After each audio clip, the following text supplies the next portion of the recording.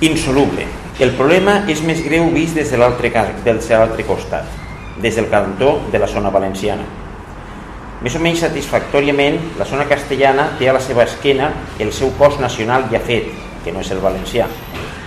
Sentir-se valencians o no serà per a la seva gent una qüestió secundària, però els altres valencians, els valencians estrictes, han de completar-se com a poble, i qualsevol intent que hagin fet o facin en aquest sentit vindrà obstruït pel llast que per a ells suposa la zona castellana del país. La unitat té exigències indefugibles, demana d'excloure o d'assimilar els elements radicalment heterogenis que subsisteixen en la seva àrea. L'actual i tradicional dualitat del País Valencià ens ha impedit de sentir-nos tranquil·lament uns. Dins el clos regional ens priva de trobar-nos idèntics tots els valencians. Ens agradi o no a uns i a altres, el fet és que dues menes de valencians impossible de fondre'ns en una de sola.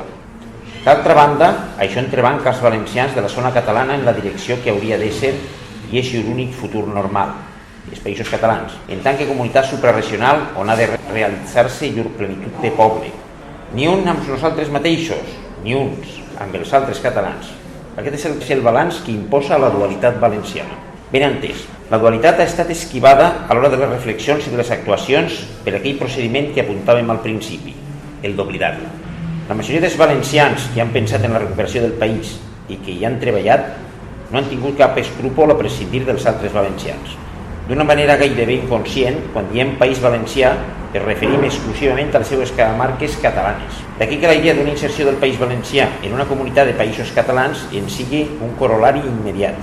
No cal repetir que això havia de produir-se fatalment. La condició predominant de les comarques catalanes, llur hegemonia moral i material, ho determinaven. I només des d'una perspectiva catalana ha estat, fins avui, enfocat el cas valencià. No n'hi ha d'altra, en el fons. La mateixa migradesa de la zona castellana feia, i fa, que des del seu angle no hi càpiga la possibilitat de corregir aquesta visió. Quan al principi del segle XX sorgeix un valencianisme polític, les seves directrius seran ben netes des del primer dia, i es limitarà a l'àmbit català del País Valencià, i serà, com es deia aleshores, pancatalanista. Si alguna vegada entraren en els seus càlculs les comarques castellanes, fou sense massa convicció.